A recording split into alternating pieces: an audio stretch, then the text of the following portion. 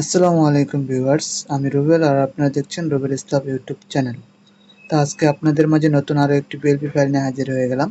তো আজকের পিএলপি ফাইলটি হলো বেগম খালেদা জিয়ার ৮০তম জন্মদিন উপলক্ষে একটি পিএলপি ফাইল। তো এই পিএলপি ফাইলটির লিঙ্ক আমার ডিসক্রিপশন বক্সে পেয়ে যাবেন, ওইখান থেকে ডাউনলোড করে নেবেন। তো পিএলপি ফাইলটি ডাউনলোড করার জন্য আপনার ৪ সংখ্যার একটি পাসওয়ার্ড প্রয়োজন হবে। পাসওয়ার্ডটি পুরো ভিডিওতে পেয়ে যাবেন, তাই ভিডিওটি না টেনে সম্পূর্ণ দেখুন। তো আপনার পিএলপি ফাইলটি ডাউনলোড করার পর আপনার পিক্সেল ল্যাবস অ্যাপসের প্রয়োজন হবে। তো পিক্সেল ল্যাবস অ্যাপসের লিঙ্কটিও আমার ডিসক্রিপশন বক্সে দেওয়া থাকবে, ওইখান থেকে ডাউনলোড করে নেবেন।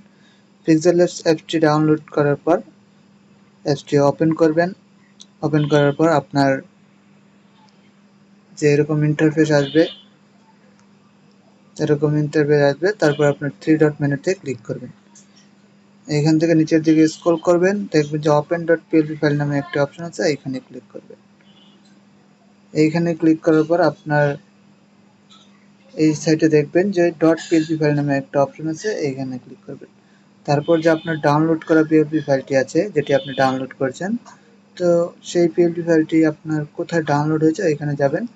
তারপর আপনার পিএলপি ফাইলটি সিলেক্ট করবেন, সিলেক্ট করে ওপেন অনলি অথবা ওপেন অ্যান্ড অ্যাডে ক্লিক করবেন। তো আমার পিএলপি ফাইলটি আগে থেকেই অ্যাড করা আছে, তাই আমি এখান থেকে অ্যাড করলাম। তো আপনি পিএলপি ফাইলটি অ্যাড করার পর এরকমভাবে চলে আসবে। তো আপনার এখান থেকে সৌজন্যের ছবি এবং আপনাদের নেতাদের ছবি কীভাবে চেঞ্জ করবে তা আমি আপনাদেরকে দেখিয়ে দিচ্ছি। উপরে দেখেন একটি লেয়ার অপশন আছে, ওইখানে ক্লিক করবেন। এইখানে ক্লিক করার পর এইখান থেকে আপনি সকল কিছু আপনি চেঞ্জ করতে পারবেন। তো আপনার সৌজন্যের ছবিটি কীভাবে চেঞ্জ করবেন তা আমি আপনাদেরকে দেখিয়ে দিচ্ছি। তো এই সৌজন্য ছবিটি এখানে ক্লিক করবেন, দেখেন এখানে লক করা আছে, এটাকে আনলক করে দিবেন। করার পর আপনার এইখানে দেখেন যে এ লেখা আছে, মানে এটা টেক্সটের অপশন, এই এর পাশে আরেকটা আছে, এটাতে ক্লিক করার পর আপনি সৌজন্য ছবিটির উপরে ক্লিক করে রিসিলেক্টে ক্লিক করবেন। এইখান থেকে আপনার যে সৌজন্যের ছবিটি আছে সেটিকে খুঁজে বের করবেন, খুঁজে বের করে এখান থেকে সিলেক্ট করবেন। তো আমি আমার সৌজন্যের ছবিটি এখানে বসিয়ে দিচ্ছি।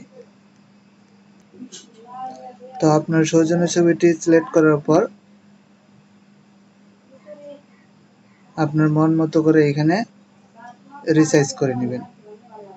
রিসাইজ করে আপনি এখানে বসিয়ে দিবেন আপনার যেভাবে ভালো মনে হয় ওই রকমভাবে।